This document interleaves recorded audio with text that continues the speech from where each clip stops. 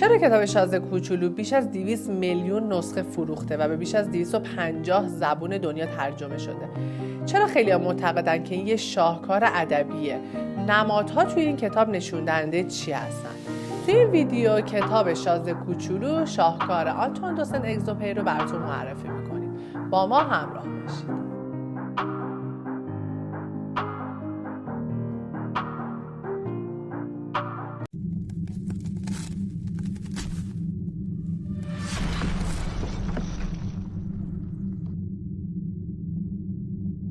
سلام دوستان، تو این ویدیو میخوایم کتاب شاز کوچولو شاهکار آنتوان دو سن اگزوپری رو براتون معرفی بکنیم.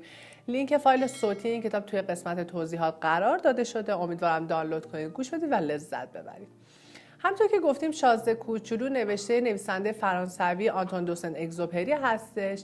این کتاب به بیش از 250 زبان دنیا ترجمه شده، بیش از 200 میلیون نسخه فروخته و لقب کتاب قرن رو به خودش اختصاص داده و سومین کتاب پرفروش دنیا بعد از دون کیشوت و داستان دو شهره. شاز کوچولو یک کتاب نمادینه که توش به نقد زندگی آدم بزرگا میپردازه. نقد مسائلی مثل اطاعت و فرمانبرداری، سودجویی انسان‌ها، خودخواهی، نقد زندگی ماشینی که توش انسان طبیعت رو فراموش کرده و درباره موضوعاتی مثل تنهایی، عشق، دوستی و از دست دادن صحبت میکنه. نکته جالب اینه که وقتی کتاب منتشر شد نقاشی‌های اون توسط خود اگزوپری با آبرنگ کشیده شده بوده. شاز کوچولو توی سیاره با یه گل سرخ زندگی میکنه. اون سیاره خودش رو ترک میکنه تا حقیقت زندگی رو بتونه پیدا بکنه. اون به هر سیاره‌ای که میره با یه انسانی مواجه میشه که یکی از رذیلت‌های اخلاقی بزرگسالان رو داره و اونو مورد انتقاد قرار میده. در نهایت اون به زمین میرسه و توی یه صحرایی فرود میاد و اونجا یه خلبانی رو میبینه که مجبور به فرود اضطراری شده. خلبان که هواپیماش خراب شده بوده و مجبور به فرود اضطراری بوده با شاز کوچولو صحبت میکنه و شاز کوچولو درباره گل سرخش، آدمایی که توی سیاره‌های مختلف دیده و یک روباه صحبت میکنه. اونا 8 روز با هم توی صحرا بودن و در نهایت شاز کوچولو به سیاره خودش، جایی که گل سرخش منتظرش بوده، برمیگرده. این کتاب جذاب و در این حال بسیار ساده است و توش تفاوت بین دیدگاه کودکان و بزرگسالان آورده شده. کودکان در واقع بسیار کنجکاو و صادقن، در حالی که بزرگسالان متکبر و وسواسی هستن. همطور که گفتیم این کتاب نمادینه و هر عنصری توش نماد چیزیه. مثلا ستاره ها نماد تنهایی خلبانن. اون قبلا از ستاره ها برای جهتیابی استفاده میکرد، اما الان با نگاه کردن به اونها یاد شاز کوچولو میفته. صحرا نماد طبیعت و ذات آدمیه که در ابتدای کتاب خشک و برهوته، اما کم کم به محلی برای تجربه و یادگیری تبدیل میشه. آب توی این کتاب نماد روحه که خلبان با سیراب کردن خودش به ادامه زندگی امیدوار میشه. مار نماد مرگه که در کمین هر انسانی نشسته. روباه نماد دوستی و دوست داشتنه.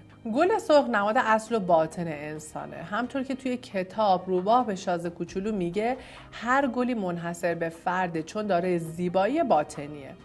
همچنین درخت بائوباب ترسناک نماد حکومت نازیه که در حال نابودی زمینه و خیلی از نمادهای دیگه که وقتی این کتاب رو میخونید متوجه اون میشید. نکته جالب اینه که عرفان شرقی توی کل این کتاب جریان داره. مثلا صدای انعکاس شاز کوچولو توی کوه ما رو یاد این بیت مولانا میندازه که میگه این جهان کوه است و فعل ما ندا، سوی ما آید نداها را صدا. شاز کوچولو آخر کتاب میفهمه که باید به جایی که متعلق بوده برگرده، مثل سیمرغ عطار که در انتها فهمیدن که سیمرغ هادی درون خودشون بوده و به قول مولانا هر کسی کو دور ماند از اصل خیش، باز جوید روزگار وصل خیش. این کتاب درسته که نمادینه، اما بسیاری از جاهاش بر اساس رویدادهای واقعی بوده.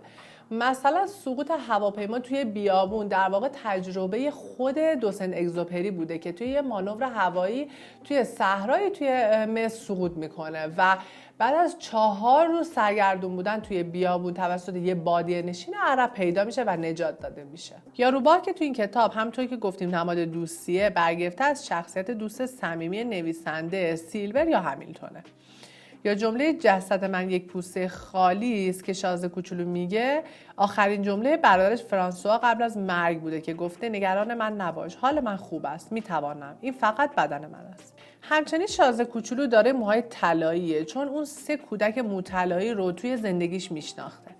اولیش خودش بوده که توی بچگی به خاطر موهای طلاییش بهش پادشاه خورشید میگفتن.